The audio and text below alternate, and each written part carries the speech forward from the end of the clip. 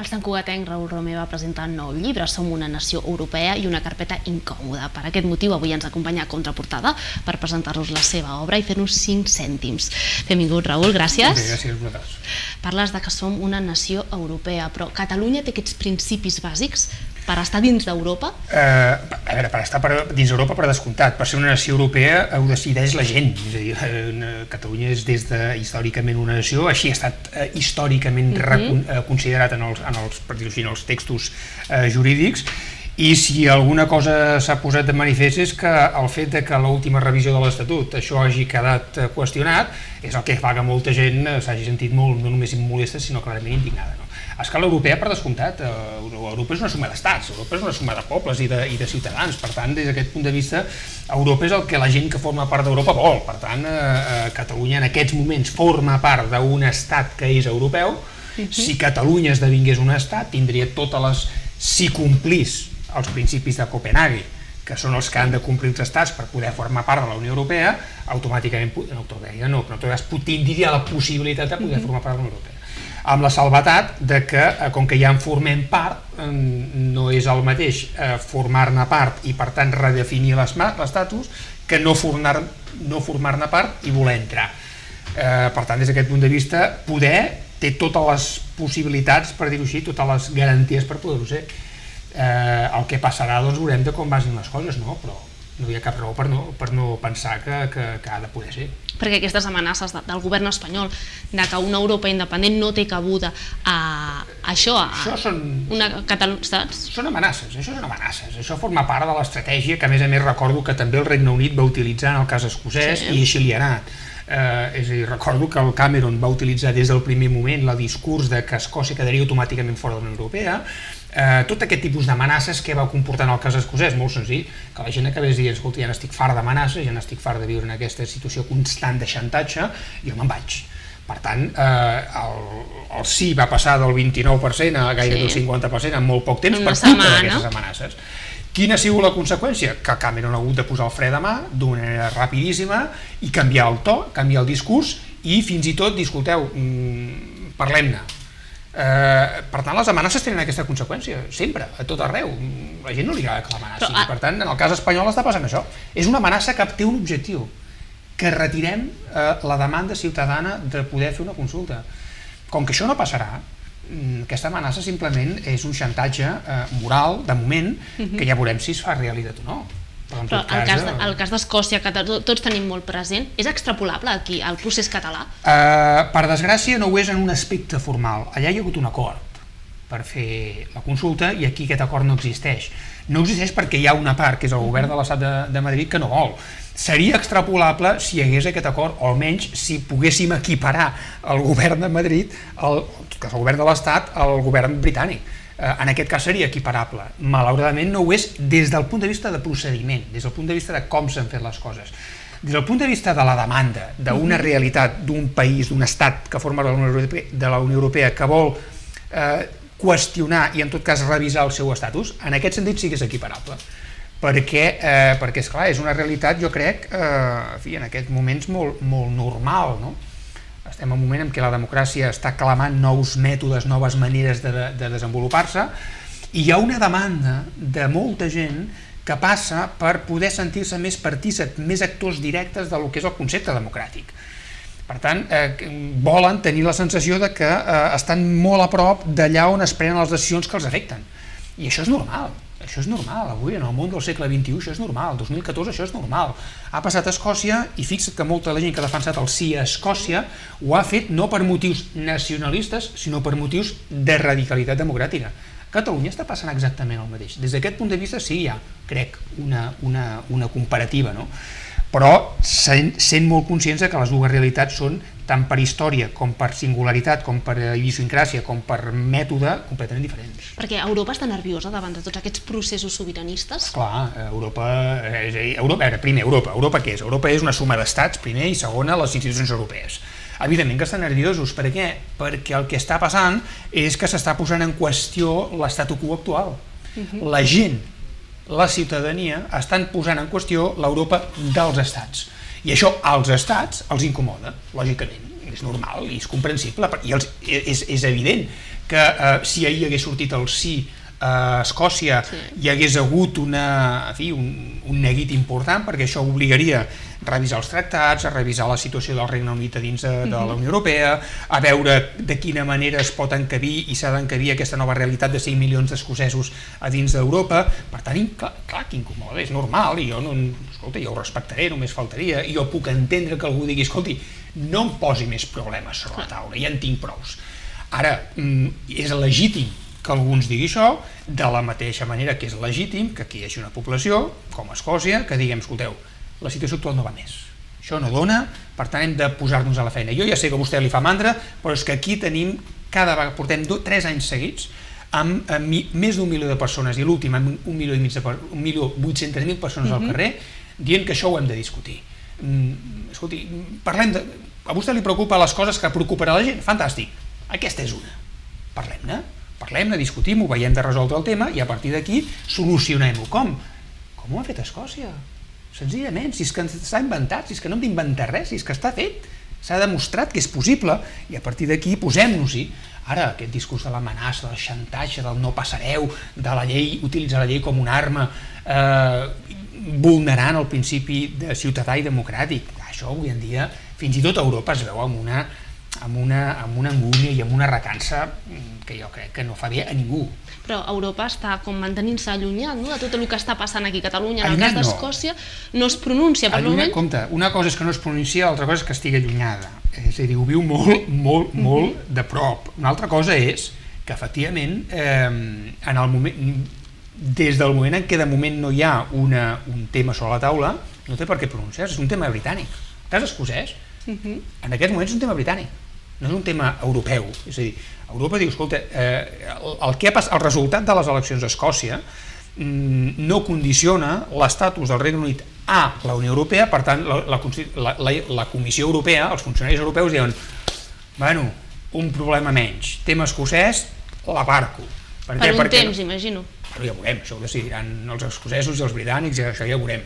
Però de moment no. Si hagués sortit que sí, òbviament tens tots els juristes ja començant a preparar el tema. Ara no. Per tant, carpeta escocesa, bueno, la deixem d'un moment. Ara és un tema britànic. El Regne Unit, Cameron, ha de complir la promesa que ha fet. És a dir, si voteu que no, tindreu més autonomia, tindreu més garanties, tindreu un Parlament més fort. No, ara tenen la feina, la tenen ells. Escolta, la gent ha votat. La gent ha votat i un 44% ha dit que sí i el 55% ha dit que no. Escolta, això és la democràcia, és legítim. Ara, compte, però ara aquí de moment primer ja ha guanyat Escòcia perquè després de que fa 2 anys se li va prohibir fer la tercera pregunta, que és el que ells volien, ara la tenen, per tant guanyaran autonomia, guanyaran poder, guanyaran competències, per tant ha guanyat.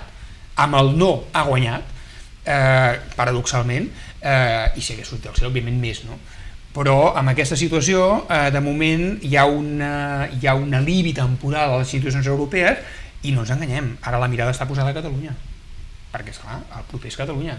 Si a Catalunya votéssim veuríem què passa. Jo no dic que surti el sí, no ho sé, però el que és evident és que hi ha una majoria aclaparadora que vol resoldre això ja via urnes. I després deixin votar el que vulgui, només faltaria. I Raül, en el teu llibre, que estem presentant avui, Som una nació europea i una carpeta incòmoda, parles de tot això, de com es veu, amb la teva experiència de 10 anys d'eurodiputat, com es veu Catalunya, el cas català, a Europa. Llavors, ja que has estat 10 anys allà en el Parlament Europeu, què opinen del procés català? Com el veuen? Saps què passa? Que depèn molt de cadascú. És a dir, Europa és una suma de sentiments, de sensacions, d'obsessions, de fòbies, de fílies. Depèn amb qui parlis. Hi ha gent, paradoxalment, molt, per dir-ho així, amb una visió molt estatalista, centralista, jacobina de la noció estat-nació, que òbviament qualsevol cosa que signifiqui tocar l'statu quo actual ho veu com una amenaça fins i tot personal, no ja nacional, sinó personal, no? Com si l'estiguessis atacant personalment, i això ho viu d'una manera gairebé malaltissa. Hi ha altres països que han fet processos en aquest sentit similars. Clar, si ho parlem amb gent de les repúbliques bàltiques, dius, escolti, si nosaltres fa 4 dies és el que vam fer, al principi dels 90, 89, 90, no? A Txèquia i Eslovàquia han fet el mateix, als Balcans per desgràcia, van patir una situació dramàtica que hauria de servir d'exemple del que no s'ha de fer, és a dir, del que no hem d'arribar mai, no? Però, òbviament, cadascú et diu, escolti, jo amb el tema dels drets col·lectius, cadascú té una visió molt diferent, no? Curiosament, els més reticents a això acostumen a ser grans països. França, el Regne Unit... Les grans potències, grans potències, fins i tot Itàlia, Polònia... Grans potències que, clar, veuen d'una manera, diguem, personal i nacional i nacionalista des del seu punt de vista, que això és una manera de posar-los en qüestió. Per tant, en aquest sentit hi ha de tot, hi ha de gent que ho entén, no ho comparteix, però entén el dret democràtic i diu, escolta, jo no ho faria, crec que us equivoqueu, però teniu dret a fer-ho. Hi ha gent que diu, escolta, esteu sonats, sou uns ximples, a més ens poseu en perill, i hi ha gent que diu, escolteu, és normal, ja ho faria si fos vosaltres, no? Per tant, en aquest sentit, hi ha de tot, i és normal. És a dir, jo aquest llibre l'he escrit perquè aquesta pregunta me la fan molt sovint. Què hi diuen a Europa? Escolta, a Europa hi diuen moltes coses.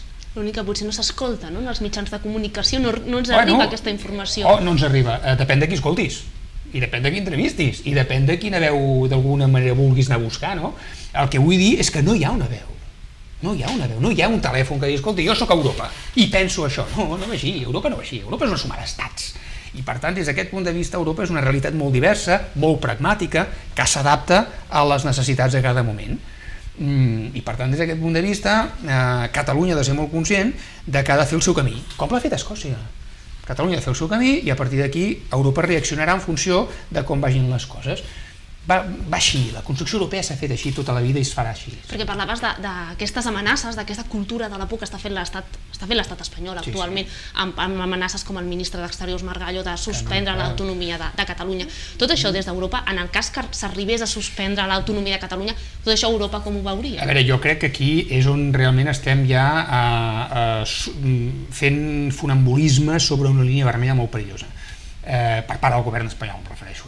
Per mi la gran virtut o la gran avantatge que té el fet d'estar a Europa és que hi ha línies vermelles que entenc que no s'han de poder creuar.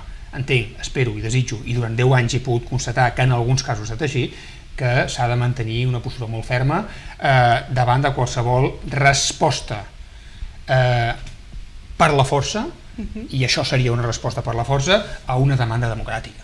Tot pot agradar més o menys aquesta demanda democràtica, però òbviament la resposta ha de ser democràtica també, no pot ser ni militar, ni policial, ni de cap altre tipus d'aquestes característiques. Això és el que jo crec que és una garantia a Europa, el fet d'estar a Europa. Aquestes amenaces, òbviament, jo aquests 10 anys he estat advertint-les, conjuntament amb altres companys i companyes, a la comissió, i escolteu, això està passant. El que passa que és veritat que no és el mateix que això ho digui un coronel retirat de l'exèrcit, a que ho digui un vicepresident del Parlament Europeu, el senyor Vidal Quadras, com ho va dir en el seu moment, a que ara ho digui un ministre, i no només un ministre, sinó el ministre d'Exteriors, que ha estat matisat o qüestionat, o en tot cas posat en quarantena per part del ministre d'Interior, i que en tot cas veurem com reaccionen, perquè són conscients de l'efecte que té aquest tipus d'amenaces. I això és molt senzill de veure, repeteixo, ho hem vist a Escòcia, i em sorprèn que tinguin uns assessors en aquest sentit tan poc hàbils com per no veure, per no emprendre, per no adonar-se de que el que està alimentant en aquests moments el sí a Catalunya és aquesta actitud absolutament tancada, antidemocràtica, arcaica, que es posa, incomprensible amb els paràmetres de construcció europea, i això és el que fa que en aquests moments hi hagi tanta gent que haguem arribat a la conclusió que, escolti, en aquest marc ja no hi cabem, hem de buscar-ne un altre, però el marc actual ja no dona més de sí, o sigui, la casa ja s'ha fet petita i a més està caient per tot arreu. Hi ha un problema. Toca fer obres. David Cameron deia que ell havia vist que a Escòcia hi havia un problema i el que no podia fer era aparcar-lo, deixar-lo en el calaix, i ell és demòcrata i volia fer. Llavors, aquí a Espanya això no està passant, estan aparcant el problema. Llavors, des de tu que coneixes bé tot el Parlament Europeu, com pensen solucionar ells aquest problema català? Perquè de moment està aparcant. La seva postura és que aquest no és un problema europeu, és un problema espanyol. L'actitud europea. En el cas escocès ha passat el mateix. És a dir, aquí no hi ha un problema europeu, aquí hi ha un problema de l'estat espanyol, és un problema intern, arregleu-vos-ho vosaltres. Ells no s'hi ficaran perquè no és, per dir-ho així, la seva obligació. Repeteixo, la Unió Europea és una unió d'estats.